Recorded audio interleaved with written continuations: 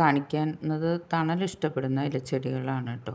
അപ്പോൾ ഇതൊക്കെ റെഡ് ലിപ്സ്റ്റിക്കിൽപ്പെട്ട ഇനങ്ങളാണ്. അപ്പോൾ ഇതൊക്കെ നമ്മുടെ അഗ്ലോണിമകളാണ്. വീഡിയോ സ്കിപ്പ് ചെയ്യാതെ കാണണം.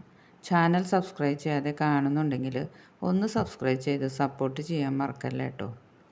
പിന്നെ ഇവിടെ കാണിക്കുന്ന അഗ്ലോണിമ പ്ലാന്റുകളാണ്. ട്രെൻഡിങ്ങായി മാറിക്കൊണ്ടിരിക്കുന്ന പ്ലാന്റാണ്. അതുപോലെ തന്നെ ഒരുപാട് വെറൈറ്റിയുമുണ്ട്. കുറച്ച് വെറൈറ്റിയാണ് ഇപ്പോൾ ഇവിടെ കാണിക്കുന്നത്. ഈ ചെടികൾക്ക് ഒട്ടും വെയിൽ ഇഷ്ടമല്ല കേട്ടോ.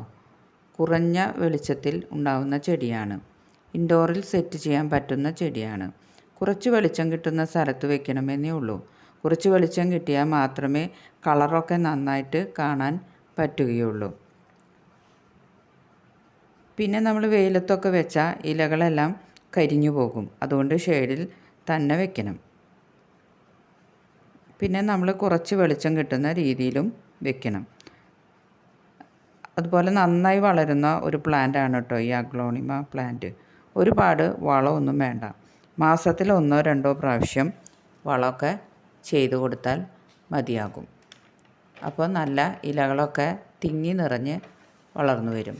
അതുപോലെ തന്നെ നമ്മൾ NPK വളമൊക്കെ ഒന്ന് സ്പ്രേ ചെയ്ത് കൊടുത്താലും നല്ലതാണ്.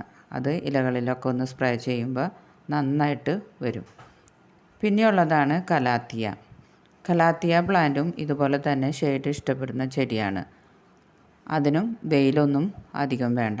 വെയിലത്ത് വെച്ചാൽ അതിൻ്റെ ഇലയും കരിഞ്ഞു പോകും. പിന്നെ അതിനധികം വെള്ളവും വേണ്ട കേട്ടോ. വെള്ളം കൂടിയാലും മഞ്ഞളിപ്പൊക്കെ കണ്ടുവരുന്നുണ്ട്. അപ്പോൾ അതുകൊണ്ട് അധികം വെള്ളമൊന്നും ഒഴിക്കണ്ട. അത്യാവശ്യത്തിന് മാത്രം വെള്ളം ഒഴിച്ചു കൊടുത്താൽ മതിയാകും. എപ്പോഴും ഈ ചെടികൾക്ക് ഷെയ്ഡാണ് ആവശ്യം. വെയിൽ ഒട്ടും പാടില്ല. അതുമാത്രമേ നമുക്ക് ഈ ചെടികൾക്ക് ശ്രദ്ധിക്കേണ്ടതുള്ളൂ. പിന്നെ അടുത്തതായിട്ട് നമ്മുടെ സിങ്കോണിയമാണ്. സിങ്കോണിയം 2-3 വെറൈറ്റി ഉണ്ട്. ഇത് നമുക്ക് വെള്ളത്തിൽ ഇട്ട് കൊടുക്കാം, ഹാങ്ങിങ് പോട്ടിൽ വയ്ക്കാം, ബുഷിയായിട്ടും വളർത്താം. തണ്ട് നീണ്ടു വന്നിട്ടാണ് തൈകൾ ഉണ്ടാകുന്നത്. ഇതിന് തീരെ വെയിലും ഇഷ്ടമില്ല കേട്ടോ. പിന്നെ ഇതാണ് നമ്മുടെ പെന്നിബർത്ത്. ഇതിനും വെള്ളത്തിൽ ഇട്ട് വളർത്താവുന്ന ചെടിയാണ്. അതുപോലെ തന്നെ നമ്മൾ കുറച്ച് ഇതെടുത്ത് വെച്ച് കഴിഞ്ഞാൽ ഇഷ്ടം പോലെ തൈകൾ ഉണ്ടാക്കാവുന്നതാണ്. പിന്നെ ഇത് നമ്മുടെ CC പ്ലാന്റ് ആണ്. Set plant. സെറ്റ് പ്ലാന്റ് ഗ്രീനും ഉണ്ട് ബ്ലാക്കും ഉണ്ട്. അതും നല്ലൊരു ഇൻഡോർ പ്ലാന്റാണ്. അകത്തും വയ്ക്കാവുന്നതാണ്.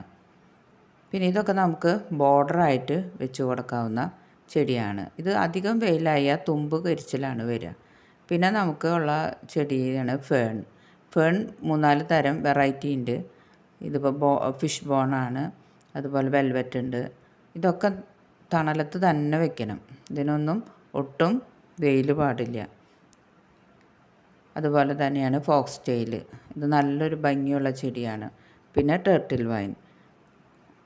അത് വെയിലത്ത് വെച്ചാൽ ഒരു മഞ്ഞ കളറായിട്ട് ഭംഗി അതിൻ്റെ പോകും. പച്ച കളറ് കിട്ടണമെങ്കിൽ ഷെയ്ഡിൽ തന്നെ വെക്കണം. പിന്നെ വെക്കേണ്ടതാണ് ഉള്ളതാണ് അരേലിയ.